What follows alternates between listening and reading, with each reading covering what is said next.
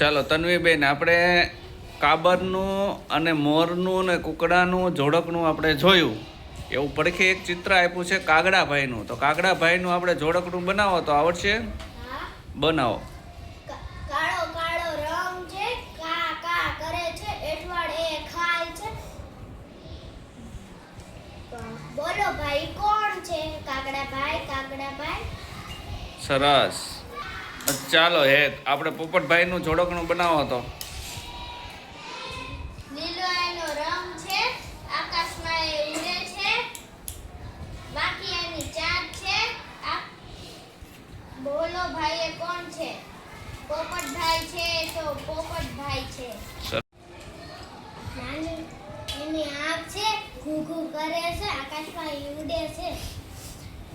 કબૂતરભાઈ, કબૂતર. ચાલો પ્રિયલ, બાજ વિશે બોલો.